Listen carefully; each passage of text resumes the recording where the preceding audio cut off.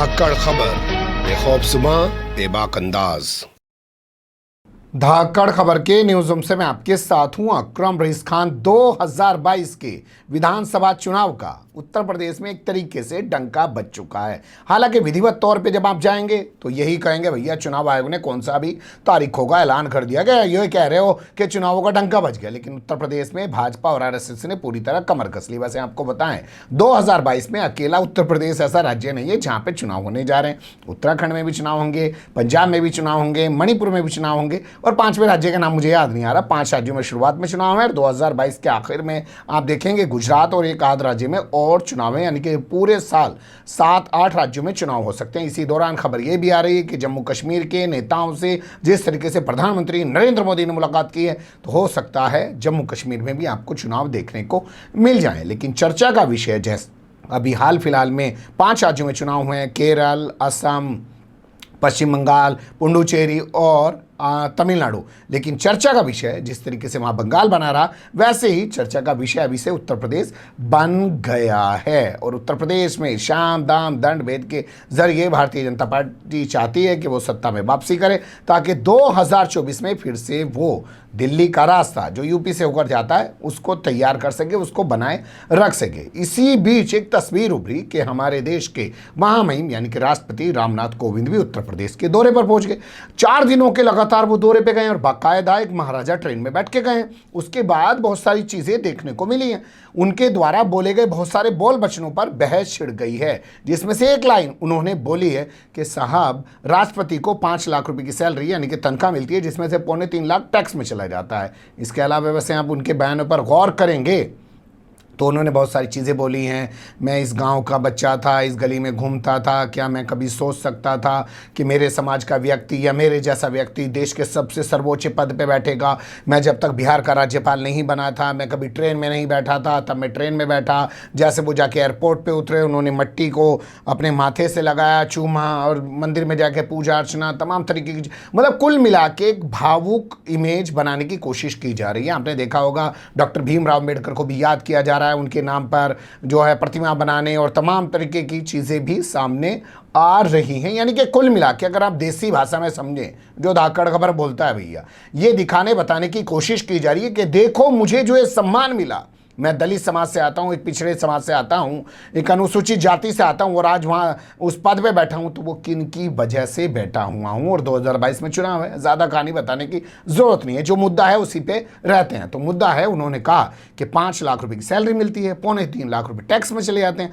अब इसके बाद वो सोशल मीडिया पर खूब ट्रेंड हो रहे हैं। लोग उनसे पूछ रहे हैं क्या आप बचत करने के लिए राष्ट्रपति बने थे? पर मुझे लगता है लोग क्या कह रहे हैं उससे पहले आपको पूरी खबर जान लेनी चाहिए। खबर के मुताबिक कहा जा रहा है कि राष्ट्रपति ने एक बयान दिया कि राष्ट्रपति को 5 लाख रुपए की सैलरी मिलती है, जिसमें से 3.25 लाख टैक्स में चले जाते हैं। हमारे से अच्छे तो टीचर हैं, वो ज़्यादा अच्छा पैसा बचा लेते हैं। उनका ये बोलना कि पैसा बचा लेते हैं, इसी के बाद बहुत सारे लोग ट्विटर पर उनके को लेके बहुत सारी प्रतिक्रियाएं दे रहे हैं। जैसे एक शख्स हैं, आप देख सकते हैं, उन्होंने लिखा कहा कि क्या पैसा बचाने के लिए राष्ट्रपति बने थे? ये कमेंट करना अपने आप में बहुत बड़ा सवाल है।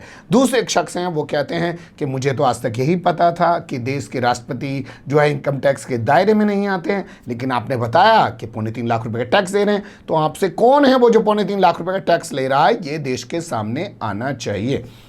एक शख्स हैं, वो आगे जाके लिखते हैं कि आप सैलरी की बात कर रहे हैं, देश के राष्ट्रपति पर तो वैसे लाखों करोड़ों खर्च होता है, लेकिन आप जब इस स्तर की बात कर रहे हैं कि आपको सैलरी इतनी मिलती है, इतना आपका टैक्स में चला जाता है, तो आपको ये भी बताना चाहिए कि आखिर आप टैक्स किसको दे रहे हैं। तो इस तरीके के सवाल एक के बाद एक लोगों ने उठाए हैं और ये मुद्दा एक ज़बरदस्त मुद्दा बन के उभरा। ये अलग बात है कि भोंपू मीडिया उसके दलाल चाटुकार दंगाई पत्रकार इस मुद्दे पर बात नहीं कर रहे हैं। हमारे पास भी इतनी सारी जानकारी नहीं है और हमारे पास भी कोई टैक्स एक्सपर्ट नहीं है कि उससे पूछ लें। लेकिन इंडिया टीवी जो इन्हीं के भोंपू का एक चैनल है, उसी के हवाले से आपके सामने रख देते हैं, आप स्क्रीन पर देख सकते हैं। इंडिया टीवी में छपी हुई खबर के मुताबिक लिखा गया है कि इनकम टैक्स प्रोफेशनल हैं मिस्टर अनिल कुमार बादल, उनका नाम लिखा गया है। उनके हवाले से कहा गया है कि भारत के राष्ट्रपति हों, भारत के प्रधानमंत्री हों, भारत के मुख्यमंत्री हों, केंद्र व राज्य सरकार के मंत्री हों, इसके अलावा सांसद हों, विधायक हों, ये सब टैक्स के दायरे में तो आते हैं।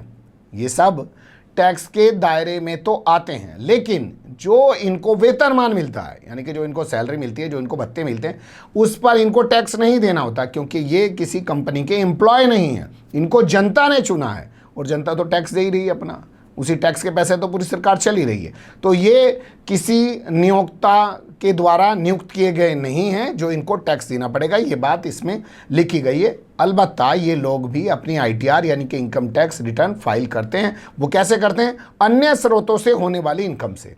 तो यहाँ बेहतर होता है ये इंडिया टीवी वाला ये भी लिख देता कि भैया क्या बगल में फैक्ट्री चल रही है क्या, वहाँ से परचून की दुकान चल रही है क्या, वहाँ से जो आमदनी होगी उसका टैक्स फाइल करते हैं और इस सैलरी का टैक्स फाइल नहीं करते हैं। लेकिन सीधा सा आप समझ सकते हैं कि अन्य स्रोत लिखना भी उसी क्रम में है। अब धाकड़ खबर तो है नहीं कि पूरा बेबाकी से आपको खोल के स्पष्टता के साथ तमाम चीज़ें बता दे, लेकिन इनका ये कहना जो है कि हम 5 लाख पाते हैं, 2.25 लाख टैक्स देते हैं, एक बड़ा मुद्दा है। इस पर स्थिति और साफ होनी चाहिए। और जो चीज़ें इनके 4 दिन के दौरे के दौरान नज़र आ रही हैं, बहुत सारे सवालों को जन्म दे रही हैं। क्या जो दलित समाज का वोट है उत्तर प्रदेश के अंदर, उसे अपने हक में करने के लिए राष्ट्रपति का ये दौरा जो है 4 दिन का करवाया गया। हालांकि ये खबर जो मैं आपके सामने रख रहा हूँ इसमें छपा है कि राष्ट्रपति ने कहा जब वो एयरपोर्ट पर उतरे और झिंझक जब पहुँचे तो उन्होंने कहा देखिए मैं राष्ट्रपति हूँ, मेरे लिए सब पार्टी समान है, मैं किसी पार्टी विशेष से कोई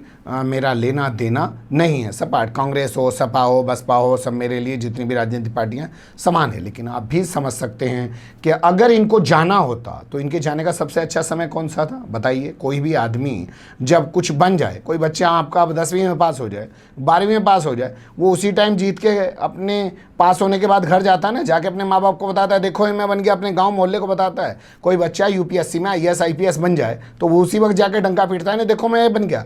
ये थोड़ी कि वो 4 साल बाद जाके बोलेगा।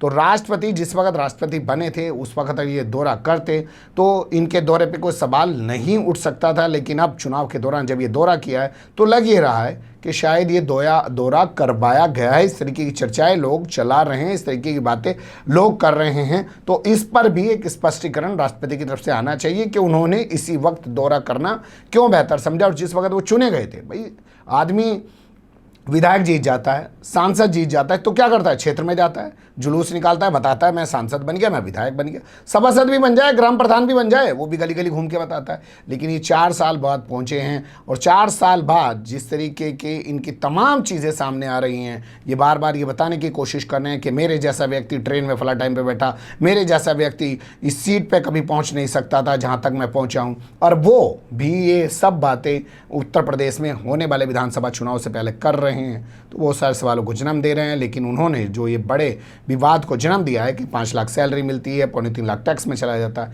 इस पर अभी बहुत सारी चीज़ें स्पष्ट होना बाकी हैं। हम भी देखेंगे, कोई एक्सपर्ट मिलेगा तो उससे बातचीत करके कुछ चीज़ें आपके सामने रखें।